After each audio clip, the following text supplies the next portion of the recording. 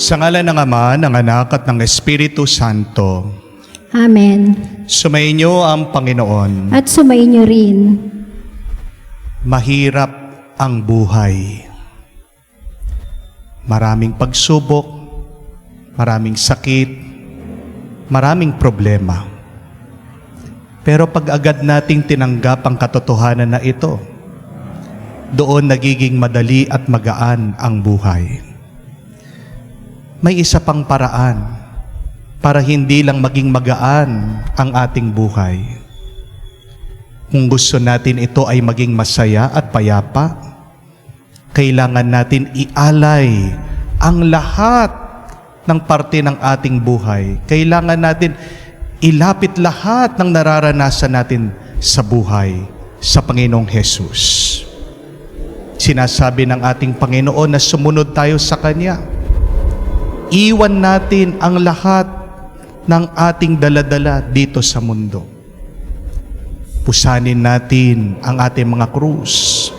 Takwil natin ang ating sarili. Hindi man natin makukuha ang kayamanan ng buhay na ito, may matatanggap naman tayo na higit sa pera, sa karangyaan, sa kapangyarihan na binibigay ng mundong ito. Walang iba kung hindi ang pagpapala at pagmamahal ng Diyos.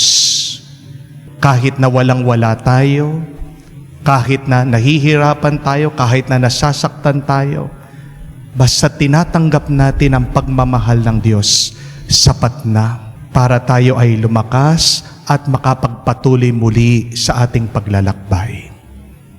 Sa mga pagkakataon na kung saan wala tayong ibang inasam, kung hindi ang mga material na bagay, ang kayamanan, ang mga bagay-bagay na binibigay ng mundong ito, magpakumbaba tayo muli at hilingin ang awa at pagpapatawad ng Diyos para tayo ay makitang karapat-dapat makatanggap sa mga banal na misteryo. Inaamin ko sa makapangyarihang Diyos at sa inyo mga kapatid na lubha ako nagkasala sa isip, sa salita at sa gawa at sa aking pagkukulang. Kaya'y sinasamo ko sa mahal na Birhen Maria, sa lahat ng mga anghel at banal, at sa inyo mga kapatid, na ako'y ipanalangin sa Panginoong ating Diyos. Kaawaan tayo na makapangyarihang Diyos, patawarin tayo sa ating mga kasalanan, patnubayan tayo sa buhay na walang hanggan. Amen. Panginoon, kaawaan mo kami. Panginoon, kaawaan mo kami. Kristo, kaawaan mo kami. Kristo, kaawaan mo kami. Panginoon, kaawaan mo kami. Panginoon, kaawaan mo kami. Manalangin tayo. Ama naming makapangyarihan, manatili kang kapiling ng iyong sambayanan na iyong laging kinahahabagan at pinagbibigyan upang ang itinampok ng iyong pamumuno at pagsusubaybay ay muli mong ikalugod at panatilihin mong kinalulugdan sa pamamagitan ni Jesucristo kasama ng Espiritu Santo, magpa sa walang hanggan. Amen. Pagbasa mula sa aklat ni Propeta Nahum. Masdan mo't dumarating na ang maghahatid ng mabuting balita at magpapahayag ng kapayapaan. Ipagdiwang mo ang iyong mga pista, Huda, at tuparin ang iyong mga pangako, sapagkat hindi muling darating sa iyo ang masama, siya'y ganap ng maparang. Panunumbalakin ng Panginoon ang kadakilaan ni Jacob, gaya ng nararapat sa Israel, sapagkat hinubaran sila ng mga lumusob at sinira ang kanilang mga ubasan. Kawawa ka, lungsod na mamamatay tao, bayang sinungaling at mangangangkam, walang katapat sa sama, lumalagapak ang mga latigo, rumaragasa ang mga gulong, nagdadambahan ang mga kabayo, humahaginit ang mga karwahe. Sumusugod ang mga mangangabayo, kumikinang ang kanilang tabak, kumikislap ang dulo ng sibat, di mabilang ang patay, naghambalang ang mga bangkay, natitisod ng nagdaraan. Tatabunan kita ng dumi, gagawing hamak at iismiran. Lalayuan ka ng lahat ng makakakita sa iyo. Sasabihin nila, hayan ang Nineve. Sino ang tatangis sa kanya? At saan ako hahanap ng aaliw sa kanya? Ang salita ng Diyos. Salamat sa Diyos. Nasa pasya ng may kapal ang buhay at kamatayan. Nasa pasya ng may kapal ang buhay at kamatayan. Darating ang araw ng aking paniningil at paghihiganti hanggang sila'y humapay at mabuwal. Pagkat ang wakas nila ay malapit na. Ililigtas ng po ng kanyang bayan. Siya'y mahahabag sa mga maglilingkod sa kanya. Nasa pasya ng may kapal ang buhay at kamatayan. Malalaman ngayon ako ay ako nga, at maliban sa akin wala ng Diyos. Ako'y pumapatay at maring bumuhay. Napapagaling ko ang aking sinusugatan. Nasa pasya ng may kapal ang buhay at kamatayan. Ihahasa ko itong aking tabak, at ang katarungay aking igagawad.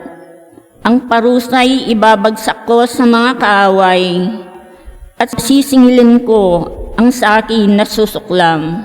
Nasa pasya ng may kapal ang buhay at kamatayan.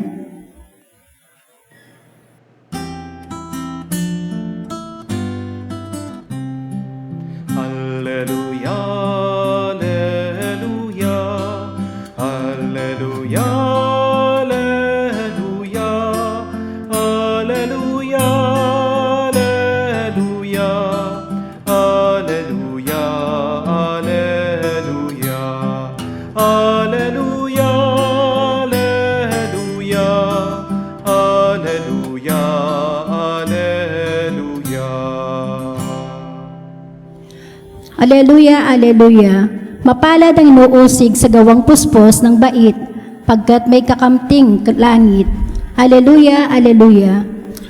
Sumainyo ang Panginoon. At sumainyo rin. Ang mabuting balita ng Panginoon ayon kay San Mateo. Papuri sa iyo, Panginoon.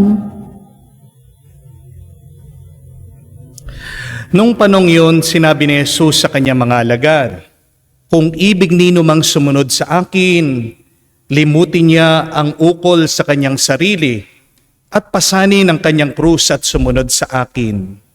Ang naghahangad na maligtas ang kanyang buhay ay siya'y mawawalan nito.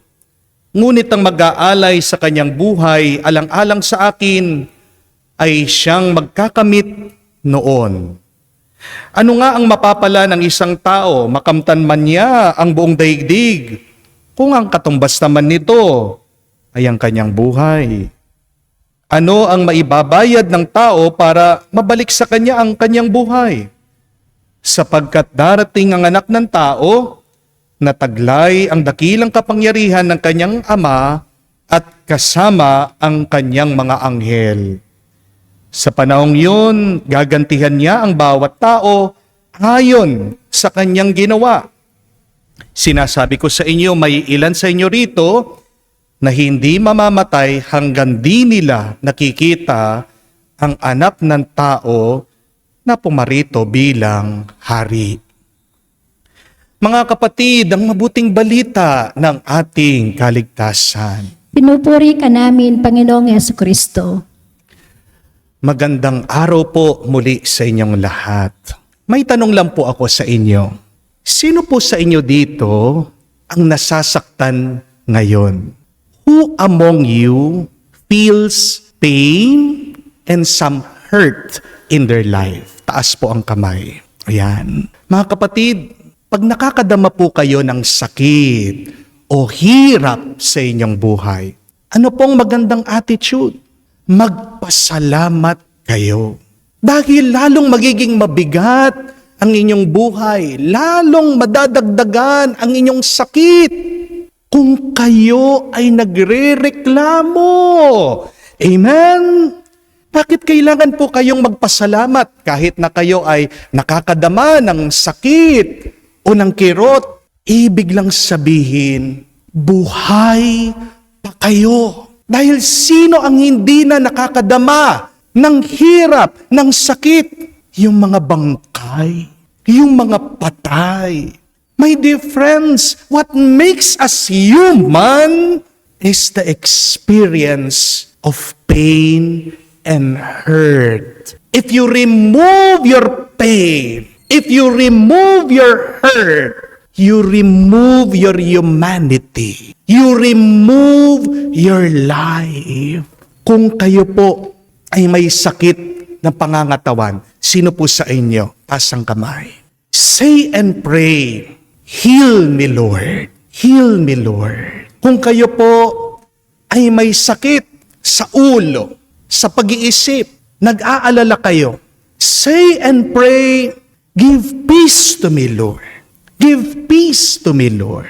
Kung kayo po ay may sakit ng loob, may galit kayo, naiinis kayo, say and pray, give me the strength to forgive, Lord.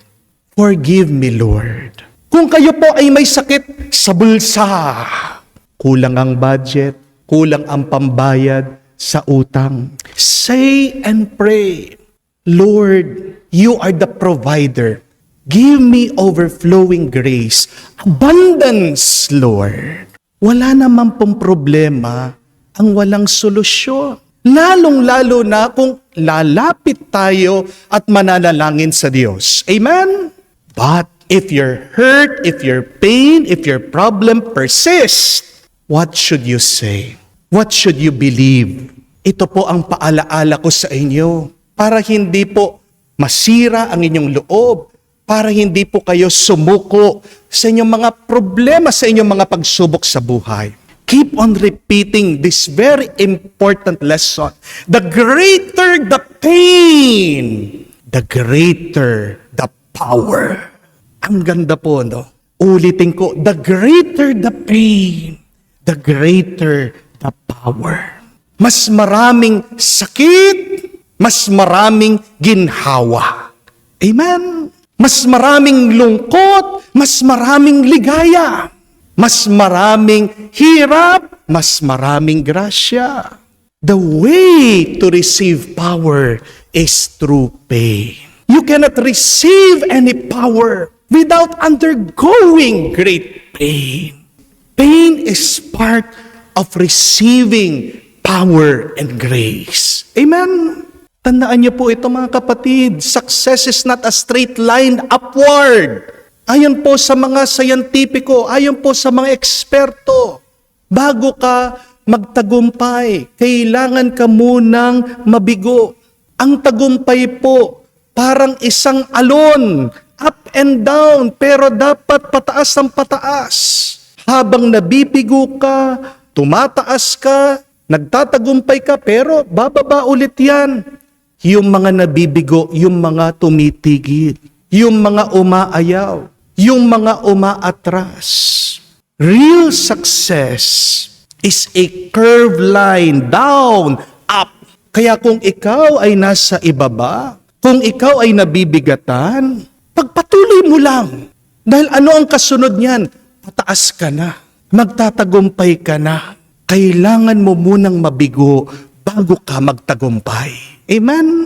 Tandaan niyo po yan. Bakit ka hinahayaan ng Diyos na mapuno ng utang? Dahil gusto niya pagdating ng araw ma-appreciate mo, mapapahalagahan mo ang pera. Hindi ka na magwawalwal, hindi ka na magiging gastador, hindi ka na mag-aaksaya ng pera. Gusto ng Diyos na yumaman ka. Amen?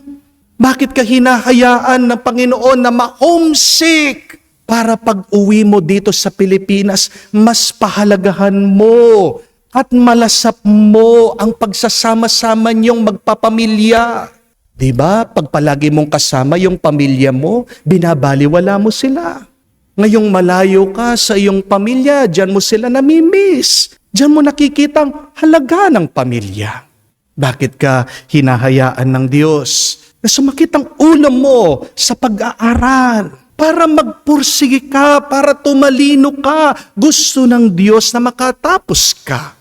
Walang nakakapag-graduate o nakakapagtapos na hindi nahirapan sa pag-aaral.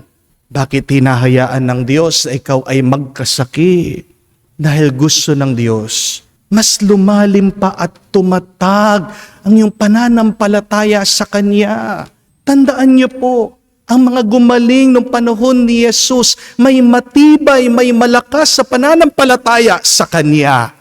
Mga kapatid, ang sakit mo ay daan para sa ikalalakas mo.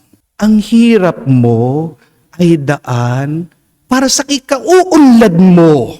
Ang iyong lungkot ay daan para sa ikasasaya mo. Yan po ang tinutukoy ng ating Panginoon sa ating nabasang Ebanghelyo. Sabi niya, kapag inalay natin ang buhay natin sa Kanya kay Kristo, kapag binitiwan natin ang lahat ng ating hawak-hawak, bit-bit dito sa mundo, kapag tinakwil natin ang ating sarili para sa Kanya, ano ang ating makakamtan? Magkakaroon tayo hindi lang ng buhay at buhay magpasawalang hanggan. Napakalinaw na sinasabi ng ating Panginoon na tayo ay gagantimpalaan sa ating ginagawa dito sa mundo. Paano ka bibigyan ng gantimpala? Paano ka bibigyan ng isang premyo? Paano ka pagpapalain ng Diyos kung wala ka namang ginagawa? Amen? Napakaganda nga po na sabi ng isang kasabihan. The tough times create strong men. Strong men creates easy times. But easy times create weak men. And weak men creates tough times. Ang mga mahihirap na panahon, diyan mo nakikita lumalabas ang mga malalakas matatag na tao. Ang mga matatatag, ang mga malalakas na tao, silang gumagawa ng mga masasayang panahon. Pero ang masayang panahon, diyan lumalabas, nagkakaroon ng mga mahihinang tao. At dahil mahina ang tao, siyang nagiging dahilan ng mahirap na buhay. Pansinin niyo po nung unang panahon, yung mga nakakatanda, yung mga lolo't lola natin, di ba naglalakad lang ang mga yan? Pero nagpursige sila, nagsipag sila, ang pagtanda nila, nagkaroon ng pera, anong binili? Nasaya na sila na meron silang owner o jeep. Alam niyo pa po ba yung mga owner? Yung mga anak ng mga matatanda.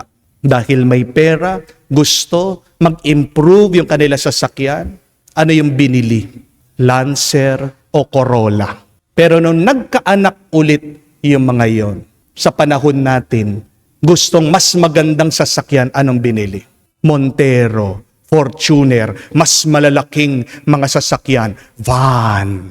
Pero tingnan niyo po, dahil yung mga anak ng mga yon, nasanay sa kayamanan, nasanay sa luho, babalik po muli sa paglalakad. Wala po kasing umaasenso at umuunlad sa luho. Amen? Mga kapatid, kailangan po nating turuan ang mga kabataan. Huwag takasan ang sakit, ang hirap, ang problema at pagsubok ng buhay.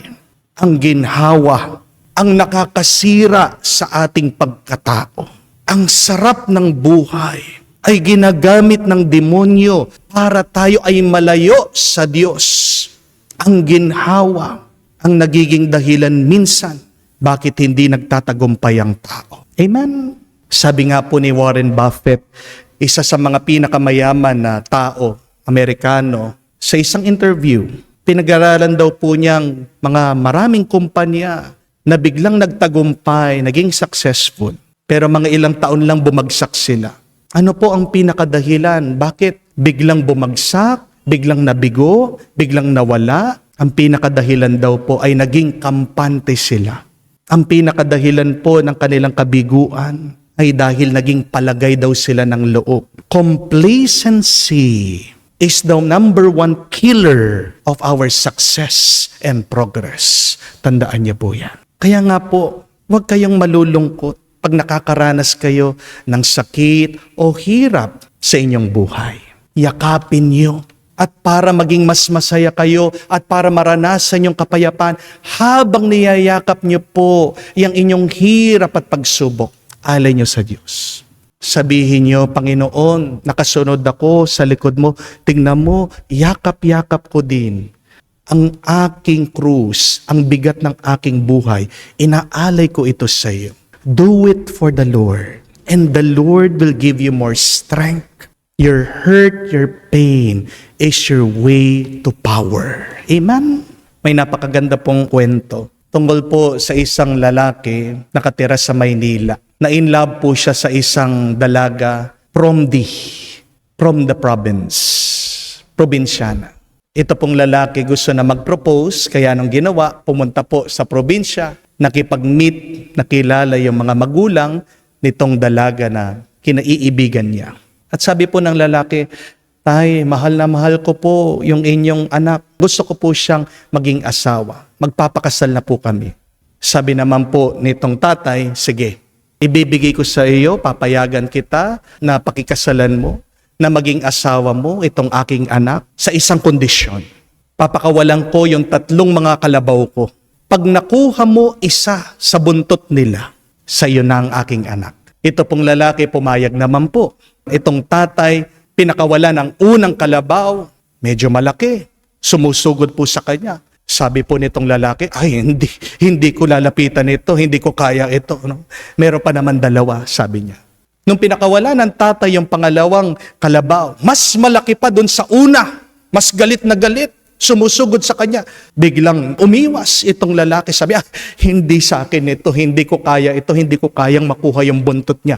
Yung last na lang, yun yung kukunin ko. Yun yung hahawakan ko. Pero nung pinakawalan na po itong tatay, yung huling kalabaw, paglabas ng kalabaw, tuwang-tuwa itong lalaki. Sabi niya, ito na yung kalabaw na aking makukuha ang buntot. Dahil yung kalabaw po, payat, maliit.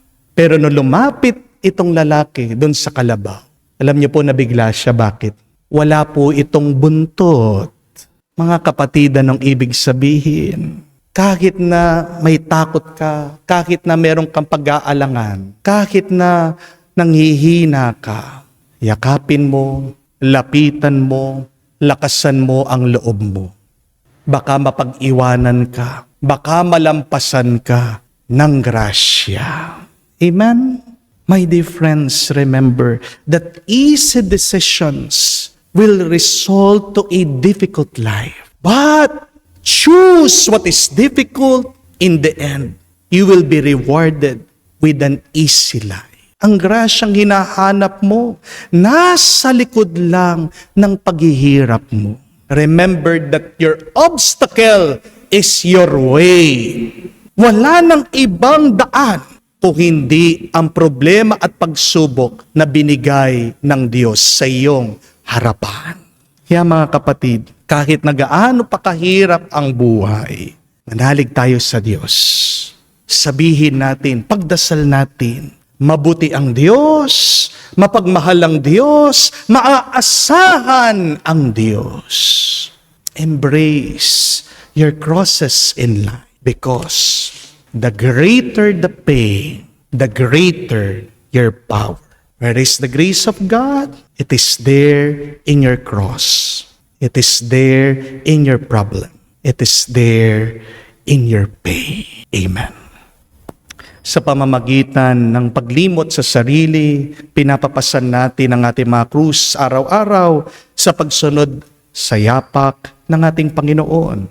Manalangin tayo upang mapawi ang pagiging makasarili na maghihiwalay sa atin sa Diyos. Ating sabihin, Panginoon, dinggin mo kami. Panginoon, dinggin mo kami. Ang Santo Papa at mga obispo, naway pasanin ng kanilang krus ng pastoral na pagkalinga at tungkulin na walang makasariling sakripisyo, Manalangin tayo sa Panginoon. Panginoon, dinggin mo kami. Ang lahat ng tumanggap ng bigat ng tungkulin publiko, naway lumago sa pag-ibig ng Diyos sa pamamagitan ng kanilang responsable, totoo at malinis na pagsasagawa sa kanilang tungkulin. Manalangin tayo sa Panginoon. Panginoon, dinggin mo kami. Buong puso nawa nating suportahan ang pagsulong sa katotohanan at labanan ang patangong impluensya ng kasamaan. Manalangin tayo sa Panginoon. Panginoon, dinggin mo kami. Sa katahimikan po ng ating puso, banggitin din natin sa Diyos ang ating mga personal na pangangailangan.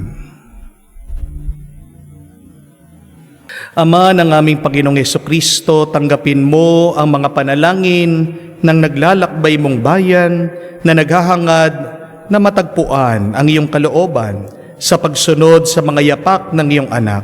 Siya ay nabubuhay at naghahari kasama mo at ng Espiritu Santo magpa sa walang hanggan. Amen.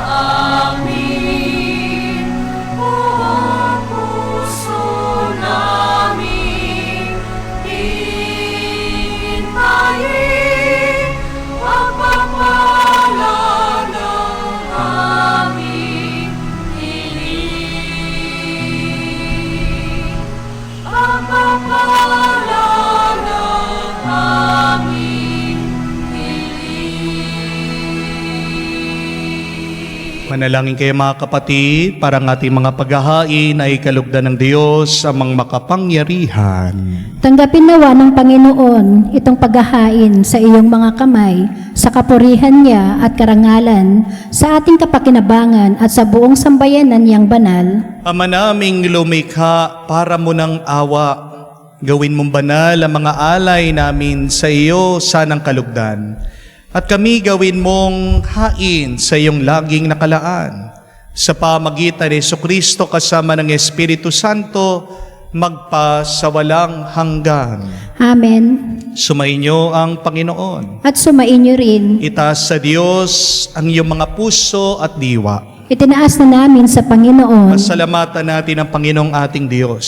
Marapat na siya ay pasalamatan. Ama naming makapangyarihan, tunay nga marapat ikaw ang aming pasalamatan. Nasa iyo ang aming buhay, pagkilos at pag-iral. Sa pamumuhay namin araw-araw, tinatamasa namin ang iyong pagmamahal. Sa pag-ibig mong pinunla sa sangkatauhan ng Espiritu Santo'y unang aming bigay. Ng anak mong naglagak sa amin ng katiyakang nakalaan, mabuhay kami sa piling mo kailanman. Kaya kaisa na mga anghel na nagsisiawit ng papuri sa iyo ng walang humpay sa kalangitan, kami nagbubunyi sa iyong kadakilaan.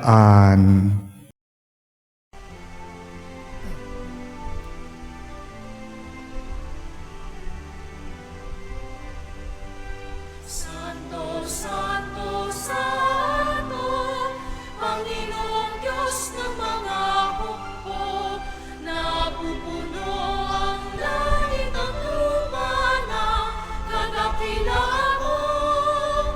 Hosana, Hosana,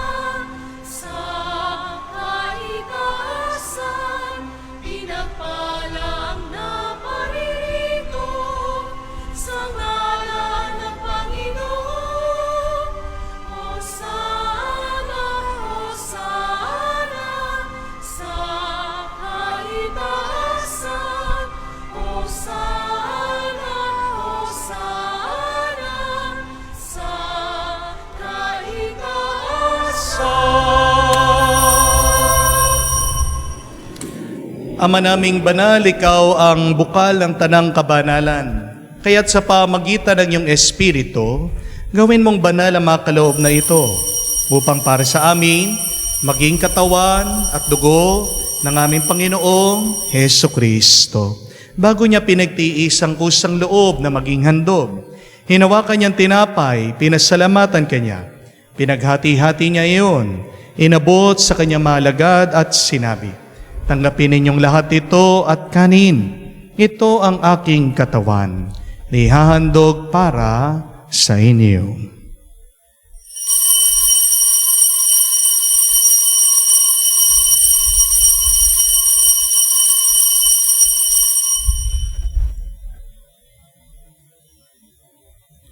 Gayon din naman na matapos ang hapunan, hinawakan niyang kalis. Muli kanyang pinasalamatan. Inabot niyang kalis sa kanyang malagad at sinabi, "Tanggapin ninyong lahat ito at inumin. Itong kalis ang aking dugo, ng bago at walang hanggang tipan. Ang aking dugo na ibubuhos para sa inyo at para sa lahat, sa ipagpapatawad ng mga kasalanan. Gawin ninyo ito sa pag-alaala sa akin."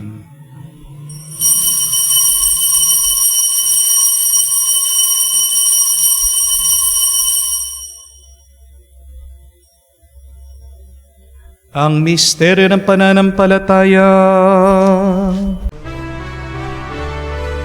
Aming ipinahayag na namatay ang iyong anak, nabuhay bilang Mesiyas at magbabalik sa wakas para mahayag sa lahat. Ama, ginagawa namin ngayon ang pag-alaala sa pagkamatay, muling pagkabuhay ng iyong anak. Kaya tinialay namin sa iyong tinapay nagbibigay buhay at ang kalis na nagkakaloob ng kaligtasan. Kami nagpapasalamat dahil kami yung minarapat na tumayo sa harap mo para maglingkod sa iyo. Sinasamo namin kami magsalo-salo sa katawan at dugo ni Kristo ay mabuklod sa pagkakaisa sa pamamagitan ng Espiritu Santo. Ama, lingapin mong iyong simbahan, laganap sa buong daigdig. Puspusin mo kami sa pag-ibig. Kaysa ni Francesco, aming Papa, Florentino, aming Arsobispo at ng Tanang Kaparian. Alalahanin mo rin ang aming mga kapatid na nahimlay, may pag-asang muling mabubuhay. Ngayon din lahat ng mga pumanaw, kawan mo't sila't patuloyin sa iyong kaliwanagan. Kawan mo't pagindapating kaming lahat makasalo sa iyong buhay na walang wakas. Kaisa na mahal na Birhen Maria, Ina ng Diyos, kaisa na mga apostol at lahat ng mga banal na namuhay dito sa daigdig na kalugod-lugod sa iyo. May pagdiwang naman namin ang pagpupuri sa ikararangal mo sa pamamagitan ng iyong anak kaming Panginoong Heso Kristo.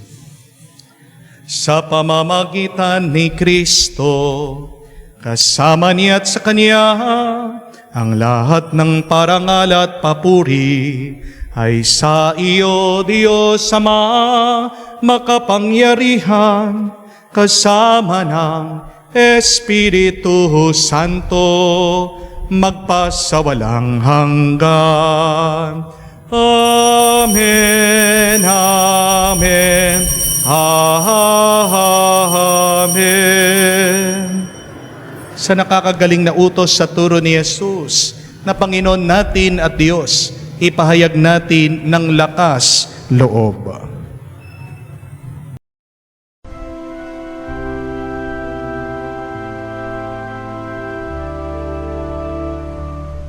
Ama namin, sumasalangit ka, sambahin ang ngalan mo, mapasa amin ang kaharian mo, sundin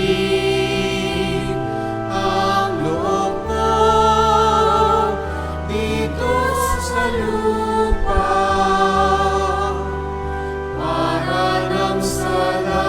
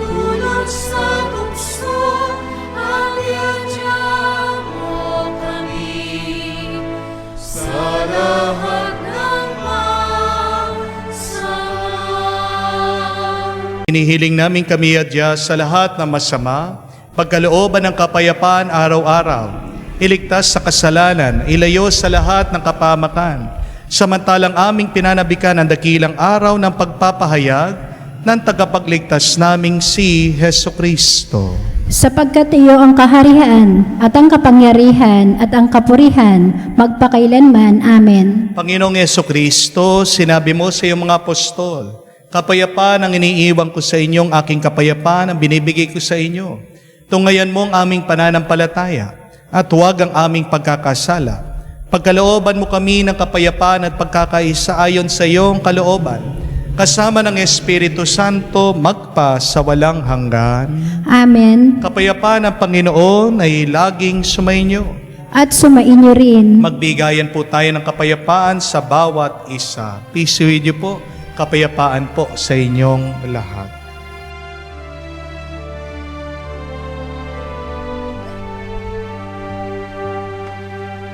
Cordero ng Diyos na nag-aalis ng mga kasalanan ng sanlibutan, maawa ka sa amin.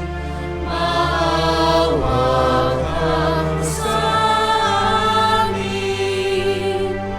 Cordero ng Diyos na nag-aalis ng mga kasalanan ng sanlibutan, maawa ka sa amin. Maawa ka sa amin. Cordero ng Diyos na nag-aalis ng mga kasalanan ng sanlibutan, ipagkaloob mo sa amin ang kapayapaan.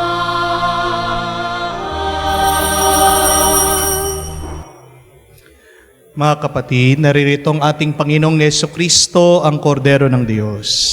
Siyang nag-aalis sa mga kasalanan ng sanlibutan. Mapalad tayong lumalapit sa piging ng Kordero. Panginoon, hindi ako karapat-dapat na magpatuloy sa iyo, ngunit sa isang salita mo lamang ay gagaling na ako.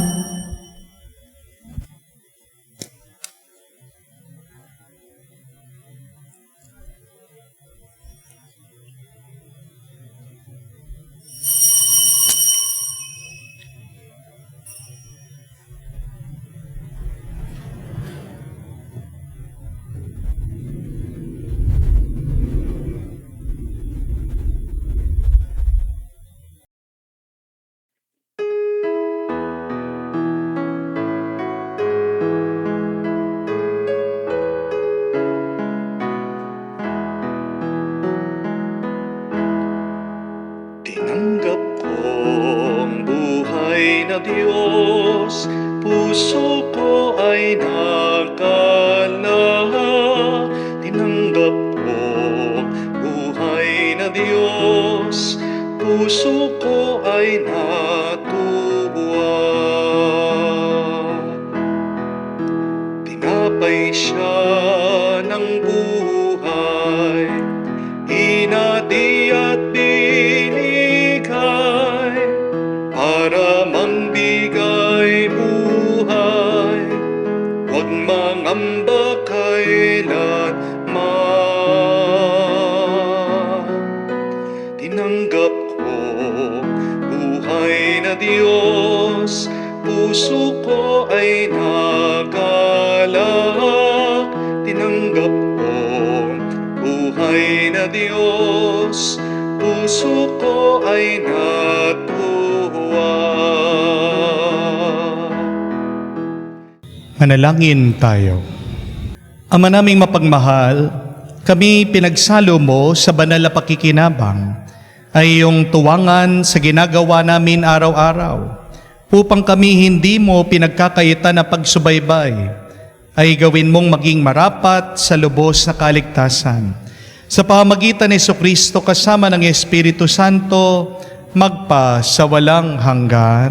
Amen. May dalawa daw pong klaseng sakit. Two kinds of pain. The pain that you do not want to show and the pain that helps you grow.